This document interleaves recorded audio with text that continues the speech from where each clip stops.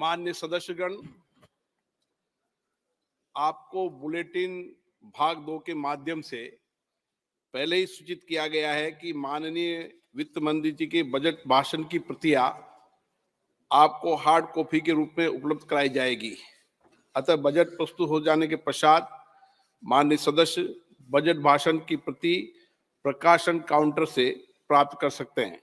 आपको ये भी सूचित किया जाता है कि माननीय मंत्री द्वारा बजट प्रस्तुत किए जाने के पश्चात उसे मेंबर पोर्टल पर भी उपलब्ध करा दिया जाएगा। माननीय वित्त मंत्री जी।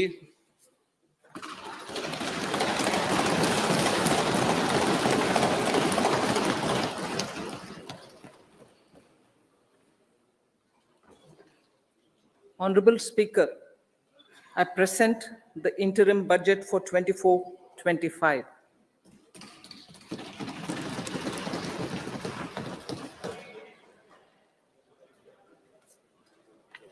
The Indian economy has witnessed profound positive transformation in the last 10 years. The people of India are looking ahead to the future with hope and optimism. With the blessings of the people, when our government, under the visionary and dynamic leadership of Honorable Prime Minister Shri Narendra Modi, assumed office in 2014, the country was facing enormous challenges. With Sabka Saath, Sabka Vikas as its mantra, the government overcame those challenges in right earnest. Structural reforms were undertaken. Pro-people programs were formulated and implemented promptly. Conditions were created for more opportunities for employment and entrepreneurship. The economy got a new vigor. The fruits of development started reaching the people at scale. The country got a new sense of purpose and hope. Naturally, the people blessed the government with a bigger mandate. In the second term, our government, under the leadership of Honorable Prime Minister, doubled down on its responsibilities to build a prosperous country with comprehensive development of all people and all regions. Our government strengthened its mantra to Sabka Saath, Sabka Vikas, and Sabka Vishwas. Our development philosophy covered all elements of inclusivity, namely social inclusivity through coverage of all strata of the society, and geographical inclusivity through development of all regions of the country. With the whole of nation approach of Sabka Prayas, the country overcame the challenges of once in a century pandemic, took long strides towards Atmanirbhar Bharat, committed to Panch Pran, and laid solid foundations for the Amrit Kal. As a result, our young country has high aspirations, pride in its present, and hope and confidence for a bright future. We expect that our government, based on its stupendous work, will be blessed again by the people with a resounding mandate. Inclusive development and growth. Our humane and inclusive approach to development is a marked and deliberate departure from the earlier approach of provisioning up to village level. Development programs were thus provisioned. In the last 10 years, however, have targeted each and every household and individual through housing for all, Har Ghar Jal, electricity for all, cooking gas for all, bank accounts and financial services for all in record time. The worries about food have been eliminated through free ration for 80 crore people. Minimum support prices for the produce of Annadata are periodically increased appropriately. These and the provision of basic necessities have enhanced real income in the rural areas. Their economic needs could be addressed, thus spurring growth and generating jobs. Social justice. Our government is working with an approach to development that is all round, all pervasive, and all inclusive. Sarvangin, Sarvasparshi, or Sarvasamaveshi. It covers all castes and people at all levels. We are working to make India a Vikasit Bharat by 2047. For achieving that goal, we need to improve people's capability and empower them. Previously, social justice was mostly a political slogan. For our government, social justice is an effective and necessary governance model. The saturation approach of covering all eligible people is the true and comprehensive achievement of social justice. This is secularism in action, reduces corruption, and prevents nepotism, prevents Bhai Bhatijawad.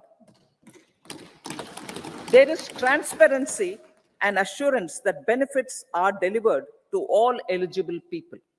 The resources are distributed fairly. All, regardless of their social standing, get access to opportunities. We are addressing systemic inequalities that had plagued our society. We focus on outcomes and not on outlays so that the social economic transformation is achieved. As our Prime Minister firmly believes, we need to focus on 4 major castes. They are Garib, Mahilaye, Yuva, and Annadata. Their needs, their aspirations, and their welfare are our highest priority. The country progresses when they progress. All 4 require and receive government support in their quest to better their lives. Their empowerment and well-being will drive the country forward. Garib Kalyan, Desh Ka Kalyan. We believe in empowering the poor. The earlier approach of tackling poverty through entitlements had resulted in very modest outcomes. When the poor became empowered partners in the development process, government's power to assist them also increases manifold. With the pursuit of Sabka Saath, in these 10 years, the government has assisted 25 crore people to get freedom from multi-dimensional poverty. Our government's efforts are now getting synergized with energy and passion of such empowered people. This is truly elevating them from poverty. Direct benefit transfer of 34 lakh crore rupees from the government using PM Jan Dhan accounts has led to savings of 2.7 lakh crores of rupees for the government. This savings has been realized through avoidance of leakages prevalent earlier. The savings have helped in providing more funds for Garib Kalyan. PM Swanidhi has provided credit assistance to 78 lakh street vendors. From that total of 78 lakh street vendors, 2.3 lakh have received credit for the 3rd time.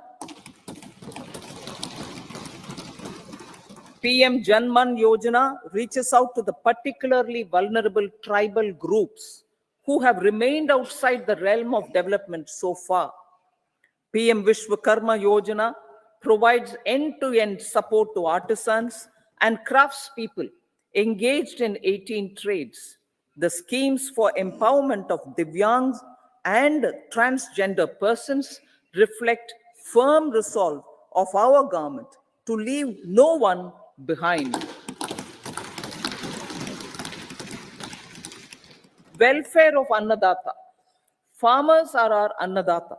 Every year under PM Kisan Samman Yojana, direct financial assistance is provided to 11.8 crore farmers, including marginal and small farmers. Crop insurance is given to 4 crore farmers under PM Fasal Bima Yojana. These, besides several other programs, are assisting Annadata in producing food for the country and for the world. Electronic National Agricultural Market has integrated 1,361 mandis and is providing services to 1.8 crore farmers with trading volume of 3 lakh crores of rupees. The sector is poised for inclusive, balanced, higher growth, and productivity. These are facilitated from farmer-centric policies, income support, coverage of risks through price and insurance support, promotion of technologies and innovations through startups. Empowering the Amrit PD, the Yuva. Our prosperity depends on adequately equipping and empowering the youth. The National Education Policy 2020 is ushering the transformational reforms. PM Schools for Rising India, PM Shri, are delivering quality teaching and nurturing holistic and well-rounded individuals. The Skill India mission has trained 1.4 crore youth, upskilled and reskilled 54 lakh youth, and established 3,000 new ITIs.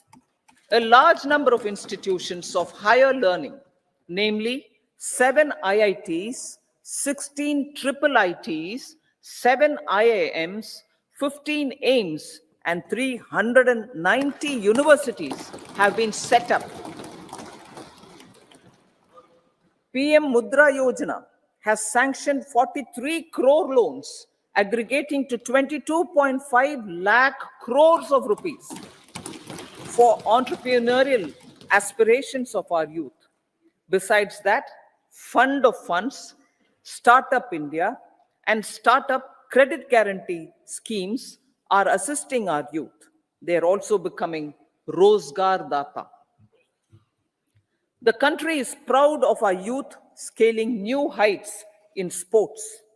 The highest ever medal tally in Asian Games and Asian Para Games in 2023 reflects a high confidence level.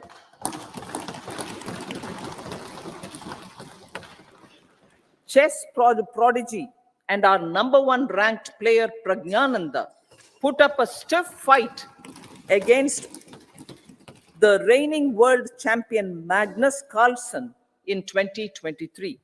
Today, India has over 80 chess grandmasters compared to little over 20 in 2010. Momentum for Nari Shakti. The empowerment of women through entrepreneurship, ease of living, and dignity for them has gained momentum in these 10 years. 30 crore Mudra Yojana loans have been given to women entrepreneurs. Female enrollment in higher education has gone up by 28% in 10 years. In STEM courses, girls and women constitute 43% of enrollment, one of the highest in the world. All these measures are getting reflected in the increasing participation of women in workforce. Making triple talaq illegal, reservation of 1/3 seats for women in the Lok Sabha and state assemblies, and giving over 70% houses under PM Awas Yojana in rural areas to women, and giving over 70% houses under PM Awas Yojana in rural areas to women as sole or joint owners have enhanced their dignity. Exemplary track record of governance, development, and performance. Besides delivering on high growth in terms of gross domestic product, the government is equally focused on a more comprehensive GDP, that is, governance, development, and performance. Our government has provided transparent, accountable, people-centric, and prompt, trust-based administration with citizen first and minimum government, maximum governance approach. The impact of all-round development is discernible in all sectors. There is macroeconomic stability, including in the external sector. Investments are robust. The economy is doing well. People are living better and earning better with even greater aspirations for future. Average real income of the people has increased by 50%. Inflation is moderate. People are getting empowered, equipped, and enabled to pursue their aspirations. There is effective and timely delivery of programs and of large projects. Economic management. The multi-pronged economic management over the past 10 years has complemented people-centric, inclusive development. Following are some of the major elements. 1. All forms of infrastructure, physical, digital, or social, are being built in record time.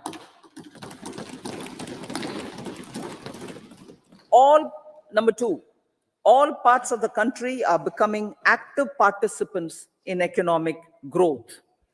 Number 3, digital public infrastructure, a new factor of production as if in the 21st century, is instrumental in formalization of the economy.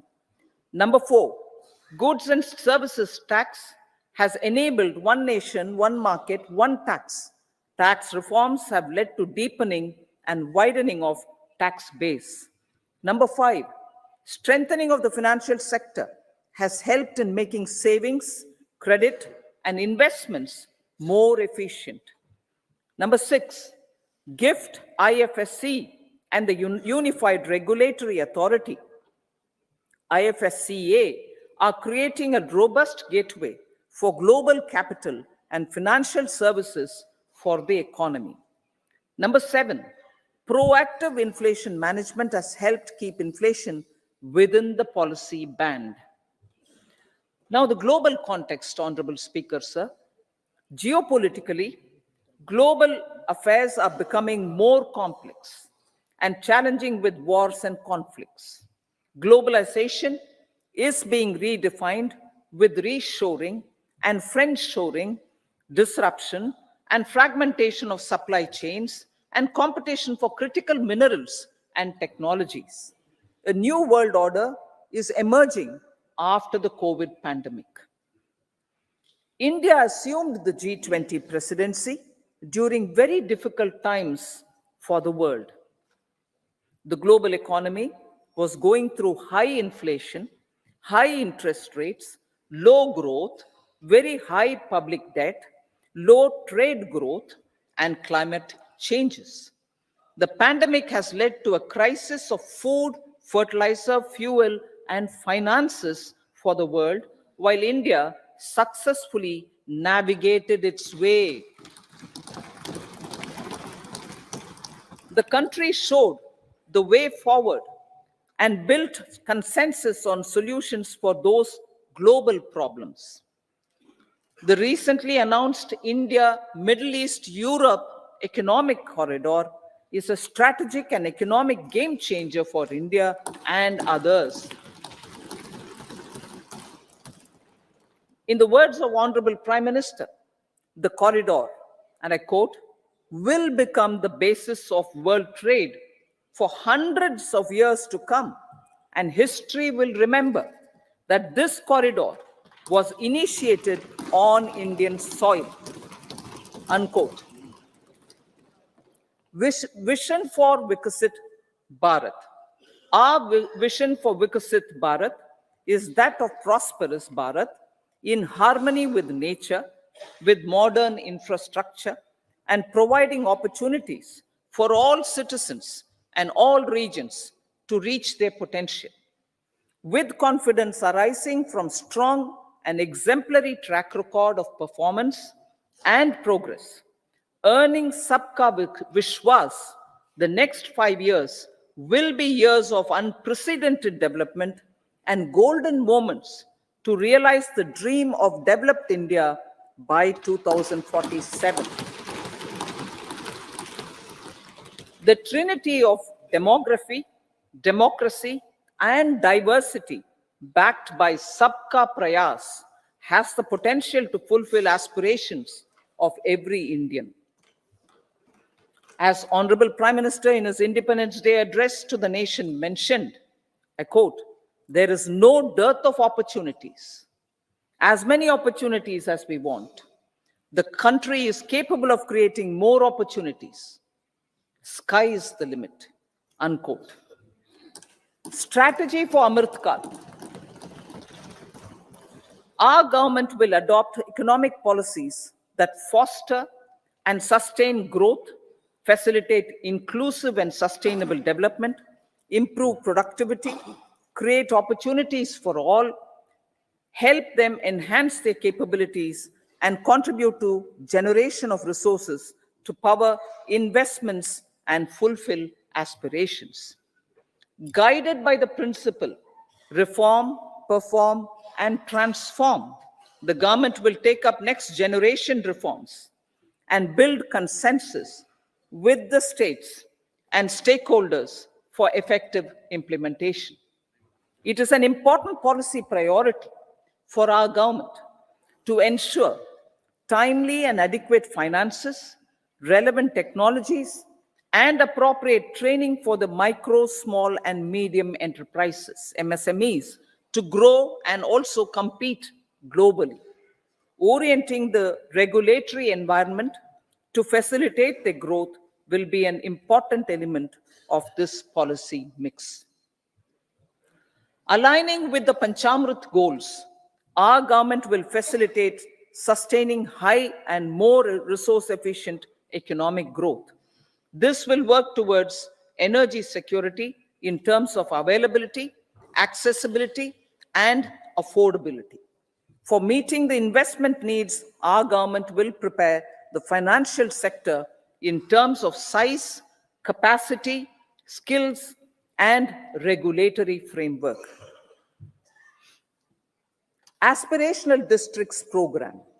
Our government stands ready to assist the states in faster development of aspirational districts and blocks, including generation of ample economic opportunities. Development of the East.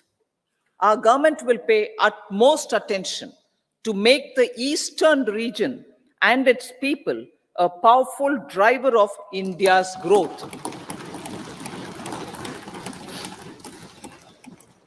PM Awas Yojana Gramin. Despite the challenges due to COVID, implementation of PM Awas Yojana Gramin continued, and we are close to achieving the target of 3 crore houses. 2 crore more houses will be taken up in the next 5 years to meet the requirement arising from increase in the number of families. Rooftop solarization and Muft Bijli. Through rooftop solarization, 1 crore households will be enabled to obtain up to 300 units free electricity every month. This scheme follows the resolve of Honorable Prime Minister on the historic day of consecration of Sri Ram Mandir in Ayodhya. Following benefits are expected. Savings up to 15 to 18,000 rupees annually for households from free solar electricity and selling the surplus to the distribution companies. Charging of electric vehicles. Entrepreneurship opportunities for a large number of vendors for supply and installation. Employment opportunities for the youth with technical skills in manufacturing, installation, and maintenance. Housing for middle class.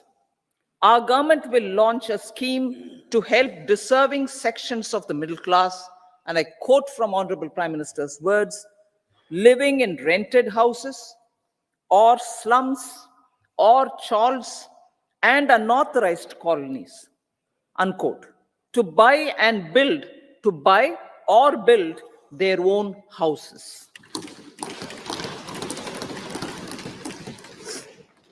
Medical colleges. Several youth are ambitious to get qualified as doctors. They aim to serve our people through improved healthcare services.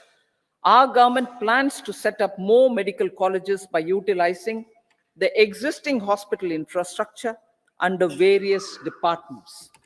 A committee for this purpose will be set up to examine the issues and make relevant recommendations. Cervical cancer vaccination. Our government will encourage vaccination for girls in the age group of 9 to 14 years for prevention of cervical cancer. Maternal and child health care. Various schemes for maternal and child care will be brought under one comprehensive program for synergy in implementation. Upgradation of Anganwadi centers under Saksham Anganwadi and Poshan 2.0 will be expedited for improved nutrition delivery, early childhood care, and development. The newly designed U-Win platform for managing immunization and intensified efforts of Mission Indradhanush will be rolled out expeditiously throughout the country. Ayushman Bharat. Healthcare cover under Ayushman Bharat scheme will be extended to all ASHA workers, to all Anganwadi workers and helpers. Agriculture and food processing. The efforts of value addition in agriculture sector and boosting farmers' incomes will be stepped up. Pradhan Mantri Kisan Sampada Yojana has benefited 38 lakh farmers and generated 10 lakh employment. Pradhan Mantri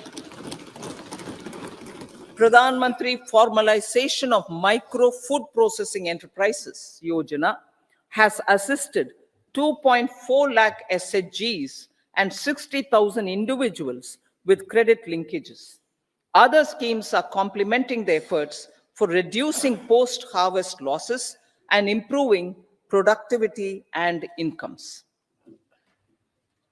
For ensuring faster growth of the sector, our government will further promote private and public investment in post-harvest activities, including aggregation, modern storage, efficient supply chains, primary and secondary processing and marketing and branding.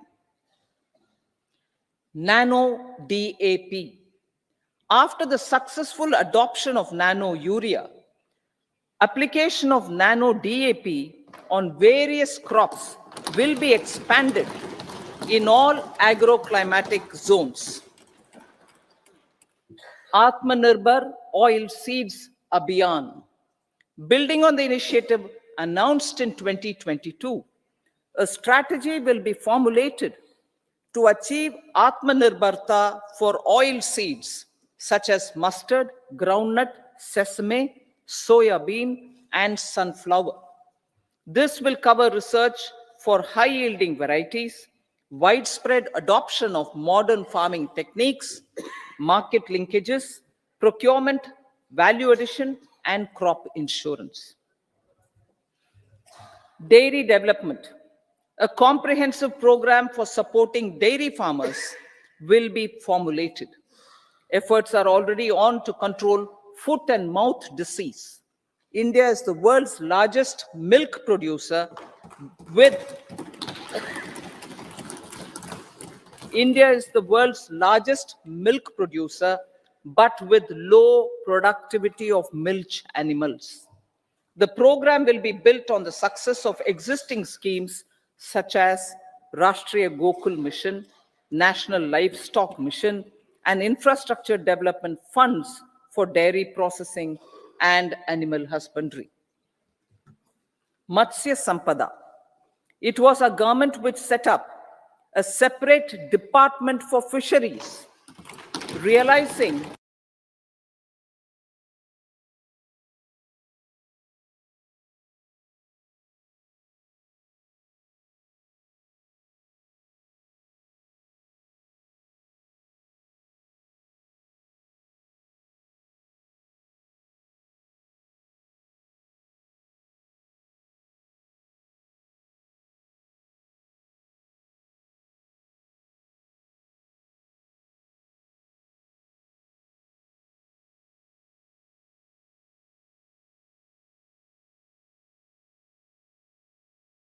a separate department for fisheries, realizing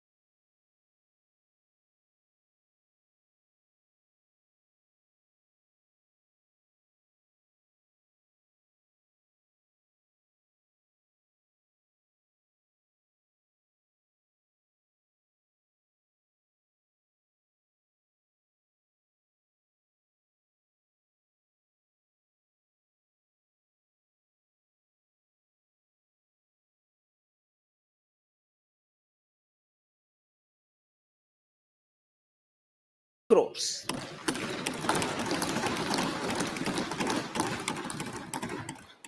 Technological changes, new age technologies, and data are changing the lives of people and businesses. They are also enabling new economic opportunities and facilitating provision of high quality services at affordable prices for all, including those at the bottom of the pyramid. Opportunities for India at the global level are expanding. India is showing solutions through innovation and entrepreneurship of its people. Research and innovation for catalyzing growth, employment, and development.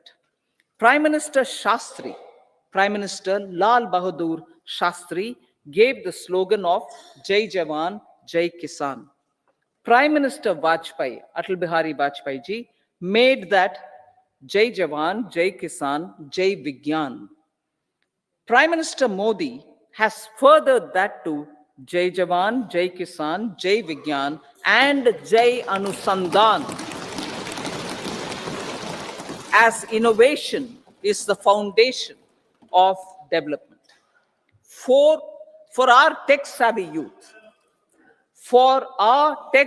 youth, this will be a golden era. A corpus of 1 lakh crore rupees will be established with 50-year interest-free loan provided. The corpus will provide long-term financing or refinancing with long tenors and low and or nil. I repeat that sentence. The corpus will provide long-term financing or refinancing with long tenors and low or nil interest rates. This will encourage the private sector to scale up research and innovation significantly in sunrise domains. We need to have programs that combine the powers of our youth and technology. A new scheme will be launched for strengthening deep tech technologies for defense purposes and expediting Atmanirbharta. Infrastructure development. Building on the massive tripling of the capital expenditure outlay in the past 4 years, resulting in huge multiplier impact on economic growth and employment creation, the outlay for the next year is being increased by 11.1% to 11,111 crore rupees. This would be 3.4% of our GDP. Railways. 3 major economic railway corridor programs will be implemented. These are energy, mineral, and cement corridor. Number 2, port connectivity corridors. And number 3, high traffic density corridors. The projects have been identified under the PM Gati Shakti for enabling multimodal connectivity. They will improve logistics efficiency and reduce cost. The resultant decongestion of the high traffic corridors will also help in improving operations of passenger trains, resulting in safety and higher travel speed for passengers. Together with dedicated freight corridors, these 3 economic corridor programs will accelerate our GDP growth and reduce logistic costs.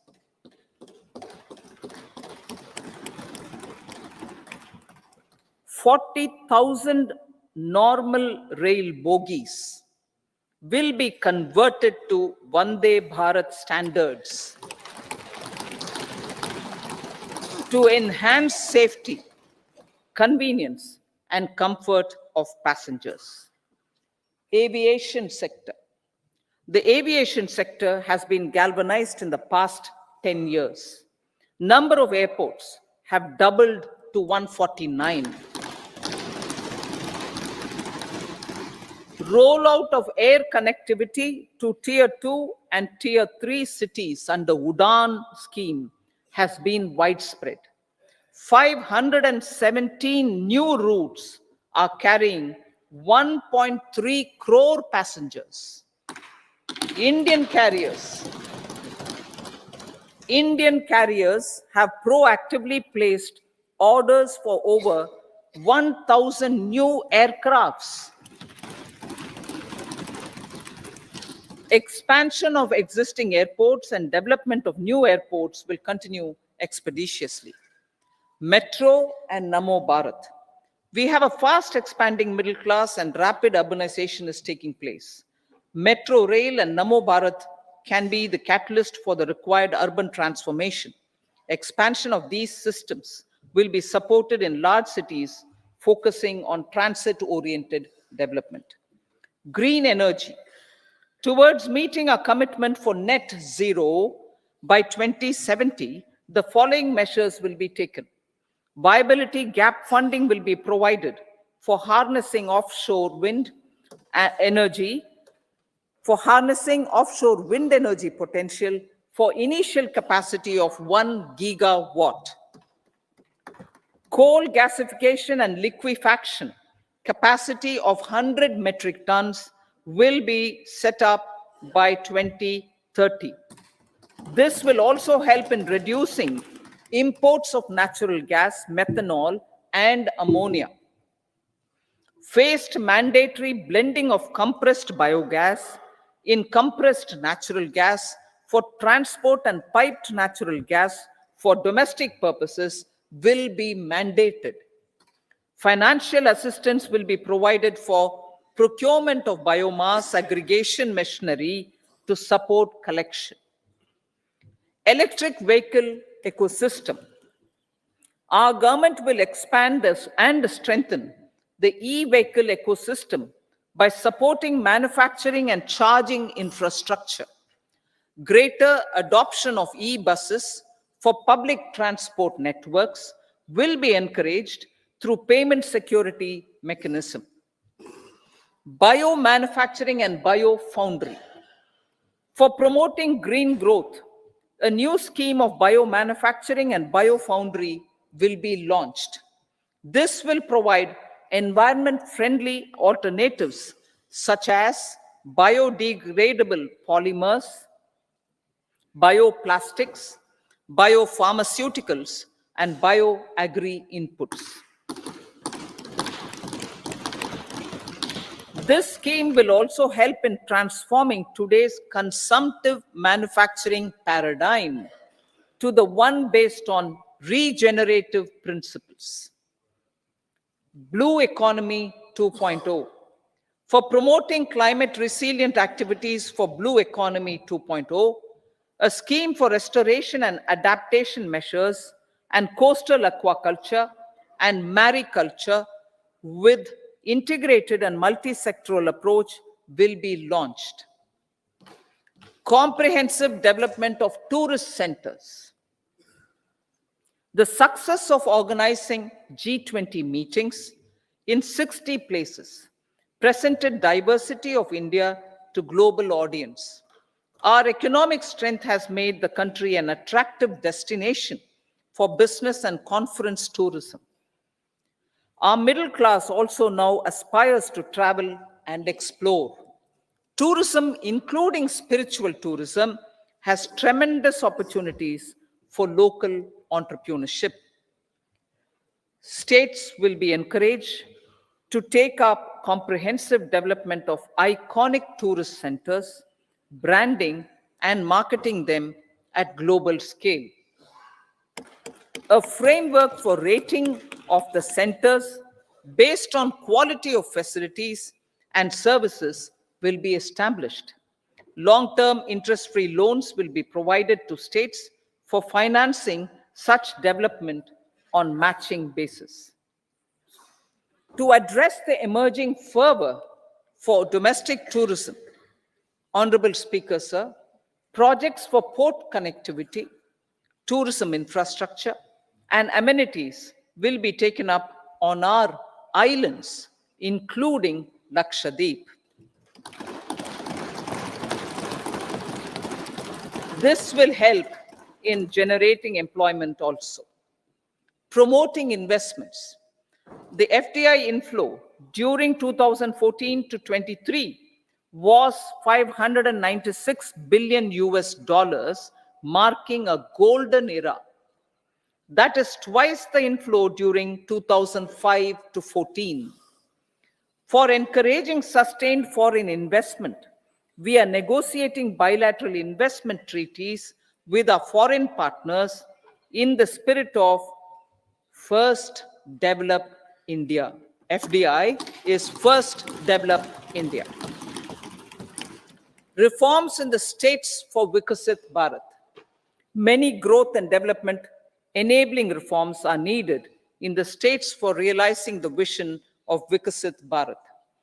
A provision of 75,000 crore rupees as 50-year interest-free loan is proposed this year to support those milestone-linked reforms by the state governments. Societal changes. The government will form a high-powered committee for an extensive consideration of the challenges arising from fast population growth and demographic changes. The committee will be mandated to make recommendations for addressing these challenges comprehensively in relation to the goal of Vikasit Bharat. Amrit Kal as Kartavya Kal. Our government stands committed to strengthening and expanding the economy with high growth and to create conditions for people to realize their aspirations. Honorable Prime Minister, in his Independence Day address to the nation in the 75th year of our Republic, said, and I quote, "We commit ourselves to national development with new inspirations, new consciousness, new resolutions as the country opens up immense possibilities and opportunities. It is our Kartavya Kal." Unquote. Every challenge of the pre-2014 era was overcome through our economic management and our governance. These have placed the country on a resolute path of sustained high growth. This has been possible through right policies, true intentions, and appropriate decisions. In the full budget in July, Honorable Speaker, our government will present a detailed roadmap for our pursuit of Vikasit Bharat.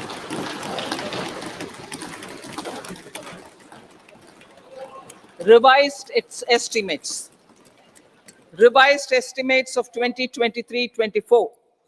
The revised estimate of the total receipts other than borrowings is 27.56 lakh crores of rupees, of which the tax receipts are 23.24 lakh crore rupees.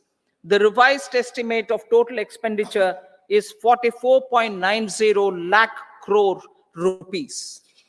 The revenue receipts at 30.03 lakh crore rupees are expected to be higher than the budget estimate, reflecting strong growth momentum and formalization in the economy. The revised estimate of the fiscal deficit is 5.8% of GDP, improving on the budget estimate, notwithstanding moderation in the nominal growth estimates. Budget estimates for 2024-25. Coming to the year 2024-25, the total receipts other than borrowings and total expenditure are estimated at 30.80 and 47.66 lakh crore rupees respectively. The tax receipts are estimated at 26.02 lakh crore rupees. The scheme of 50-year interest-free loan for capital expenditure to states will be continued this year with an outlay of 1.3 lakh crore rupees. We continue on the path of fiscal consolidation, as announced in my budget speech of 2021-22, to reduce fiscal deficit below 4.5% by 25-26. The fiscal deficit in 2024-25 is estimated to be 5.1% of GDP, adhering to that path. So the gross and net market borrowings through dated securities during 24-25 are estimated at 14.13 lakh crore rupees and 11.75 lakh crore respectively. Both will be less than that in 23-24. Now that the private investments are happening at scale, the lower borrowings by the central government will facilitate larger availability of credit for the private sector. Vote on account. I'll be seeking vote on account approval of the Parliament through the appropriation bill for a part of the financial year 2024-25. I will now move to part B. Honorable Speaker, sir, over the last 10 years, the direct tax collections have more than trebled and the return filers swelled 2.4 times. I would like to assure the taxpayers that their contributions have been used wisely for the development of the country and welfare of its people. I appreciate the taxpayers for their continued support. The government has reduced and rationalized tax rates. Under the new tax scheme, there is now no tax liability for taxpayers with income up to 7 lakh rupees, up from 2.2 lakh rupees in the financial year 2013-14. The threshold for presumptive taxation for retail businesses was increased from 2 crores to 3 crores. Similarly, the threshold for professionals eligible for presumptive taxation was increased from 50 lakh rupees to 75 lakh rupees. Also, corporate tax rate was decreased from 30% to 22% for existing domestic companies and to 15% for certain new manufacturing companies. Honorable Speaker, sir, in the last 5 years, our focus has been to improve taxpayer services. The age-old jurisdiction-based assessment system was transformed with the introduction of faceless assessment and appeal, thereby imparting greater efficiency, transparency, and accountability. Introduction of updated income tax returns, a new Form 26AS, and pre-filling of tax returns have made filing of tax returns simpler and easier. Average processing time of returns has been reduced from 93 days in the year 2013-14 to a mere 10 days this year, thereby making refunds faster. Indirect taxation. By unifying the highly fragmented indirect tax regime in India, the GST has reduced the compliance burden on trade and industry. The industry has acknowledged the benefits of GST. According to a recent survey conducted by a leading consulting firm, 94% of industry leaders view the transition to GST as largely positive. According to 80% of the respondents, it has led to supply chain optimization, as elimination of tax arbitrage and octroi has resulted in disbanding of checkposts at the state and city boundaries. At the same time, tax base of GST more than doubled, and the average monthly gross GST collection has almost doubled to 1.66 lakh crores this year. States too have benefited. States' SGST revenue, including compensation released to states in the post-GST period of 2017-18 to 2022-23, has achieved a buoyancy of 1.22. In contrast, the tax buoyancy of state revenues from subsumed taxes in the pre-GST 4-year period of 2012-13 to 2015-16 was a mere 0.72. The biggest beneficiaries are consumers, as reduction in logistic cost and taxes have brought down prices of most goods and services. We have taken a number of steps in customs to facilitate international trade. As a result, the import release time declined by 47% to 71 hours at inland container depots, by 28% to 44 hours at air cargo complexes, and by 27% to 85 hours at seaports over the last 4 years since 2019, when the national time release studies were first started. Tax proposals. As for tax proposals, in keeping with the convention, I do not propose to make any changes relating to taxation and propose to retain the same tax rates for direct and indirect taxes, including import duties. However, certain tax benefits to startups and investments made by sovereign wealth or pension funds, as also tax exemption on certain income of some IFSC units, are expiring on 31/3/2024.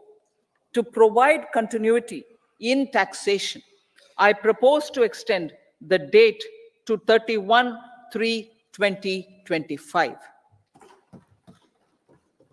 Moreover, in line with our government's vision to improve ease of living and ease of doing business, I wish to make an announcement to improve taxpayer services. There are a large number of petty, non-verified, non-reconciled, or disputed direct tax demands, many of them dating as far back as 1962, which continue to remain on the books, causing anxiety to honest taxpayers and hindering refunds of subsequent years. Honorable Speaker, sir, I propose to withdraw such outstanding direct tax demands up to 25,000 rupees pertaining to the period up to financial year 2009-10 and up to 10,000 rupees for financial years 2010-11 to 2014-15. This is expected to benefit about a crore taxpayers. 1 crore taxpayers would benefit out of this. Economy then and now. In 2014, when our government assumed the reins, the responsibility to mend the economy step by step and to put the governance systems in order was enormous. The need of the hour was to give hope to the people, to attract investments, and to build support for the much needed reforms. The government did that successfully, following a strong belief of nation first. The crisis of those years has been overcome, and the economy has been put firmly on a high, sustainable growth path with all-round development.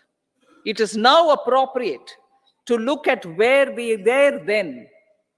I repeat, it is now appropriate to look at where we were then till 2014 and where we are now, only for the purpose of drawing lessons from the mismanagement of those years. The government will lay a white paper on table of the House.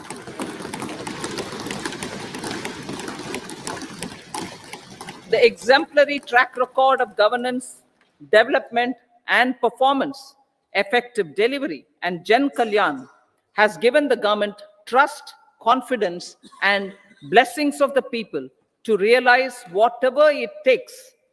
The goal of Vikasit Bharat with good intentions, true dedication, and hard work in the coming years and decades. With this, Honorable Speaker, I commend the interim budget to this august House. Jai Hind.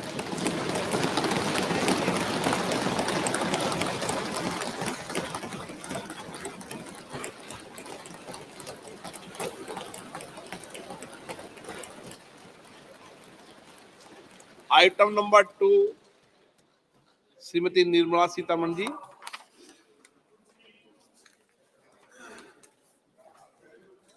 Sir, with your permission, I rise to lay on the table the following statements. Under Section 3(1) of the Fiscal Responsibility and Budget Management Act 2003, medium-term fiscal policy cum fiscal policy strategy statement and macroeconomic framework statement. Item number 3, Shrimati Nirmala Sitharaman ji. Sir, with your permission, I rise to move for leave to introduce the Finance Bill 2024. प्रश्न ये है कि विधेयक को पुनर्स्थापित करने की अनुमति प्रदान की जाए. जो सदस्य इसके पक्ष में हाँ कहें, जो सदस्य विरोध में ना कहें. मेरे विचार में निर्णय हाँ वालों के पक्ष हुआ. हाँ वालों के पक्ष हुआ. माननीय मंत्री जी, विधेयक को पुनर्स्थापित करें. Sir, I introduce the bill. सभा की कार्रवाई शुक्रवार दिनांक 2 फरवरी 2024 को प्राप्त 11 बजे तक के लिए स्थगित की जाती है.